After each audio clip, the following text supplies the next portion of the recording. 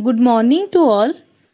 In our previous class, we were discussing about the current practices under Unit 4, which is about issues in assessment and policy provisions. In that portion, we had focused on some defects which are present in our existing present exam system, under which we have mentioned major 10 defects, which were: first one is overemphasis on summative assessment, second one marking, third one element of chance, fourth one was defective completion of result, fifth one was lowering moral standards, sixth one faulty question papers, next one encourage guides and cheap notes, next, focus to memorization. Ninth one, limitation of division system. And last one was partiality in marking. So these are some major defects which are seen in our present exam system. We have already discussed about the first point, which was overemphasis on summative assessment. Now I am going to discuss about other 9 defects which are seen in our examination system. So now come to the first one, marking, or today's first one, but the second bit, which is marking. So marking is a system or the system of examination in which numbers are provided for their achievement in various subjects, and students are generally evaluated on 101 point scale or 101 point scale is known as marking system of examination. So the system of examination is followed in almost all kinds of examination. In this system, the students are given marks for their achievement in various areas. This system is being followed from the time immemorial. So, we can also say that this marking system satisfies the rank holders. It is easy to rank the students. Teacher's task is easy in this system. Students work hard for achieving higher position in class. A feeling of competition forces them to learn more than others. Also, the scoring more and more marks in examination has become the only aim of the students. So, the aim of getting more marks force the students to do some unfair activities. So, we can say that now the system helps, although the system helps us accurately order or ranking the students, it implies different negative impacts on the students. So these are some negative impacts. So first one is, it promotes a rat race for marks among the students. Then second one is, it pressurizes students to achieve better their peers. Societal pressure will make students stressed. This system results in suicidal tendency among the slow learners. Variation in marks of different teachers demotivates students. There can be biasness in giving marks. Its focus is on marks, not on healthy learning environment. Next one is, it adversely affects the interpersonal relation among students. Next one is, misclassification of students on the basis of marks is a major disadvantage. Then last one is, it encourages malpractices both at the candidates and the examiners level. Though coding system is adopted but not implemented properly, also employees of board, university and the institutions where central evaluation is done by unfair means to increase marks for their candidates.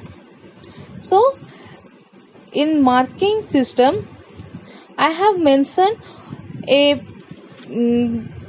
a point that is 101 point scale.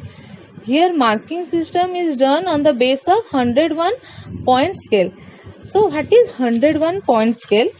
Let me clear about that. 101 point scale or 101 point scale, the marks can range from 0 to 100 in this marking system. So this is called 101 point scale because including 0 there are total 101 units of measurements. So the implicit meaning of having such 101 steps in marking is that candidate who scores 46 marks is superior to one who scores 45 marks and so on. So 101 points means 0 to 100. So in total this is 101 digit or unit. So marking system is based on 101 point scale rating. So next come to the third point or today's second point, which is element of chance. Our examination systems fail to test the real knowledge of students. Generally, it is found that students who prepares a few topics from examination point of views get more marks than those students who prepare the whole course. So, it is obvious that the present system of examination encourages pick and choose approach. Then next one is defective completion of results. Many mistakes are seen when the exam results are announced. Consequently, many brilliant students commit to suicide under the depression because of improper marking or etc. So next one is lowering of moral standards. Existing examination system give emphasis on marks secured. So students adopt unfair means such as malpractice to secure good marks or to avoid themselves from the insult or pressure or burden from the parents. So next one is faulty question paper. The question papers are not sets without following specific standards and norms. So question papers are made by inexperienced, unqualified teachers who have little knowledge about the topic.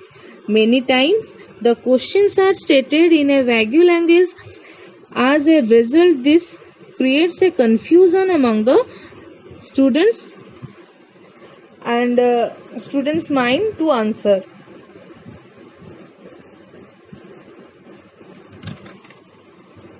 So, here next one is encourage use of guides and cheap notes.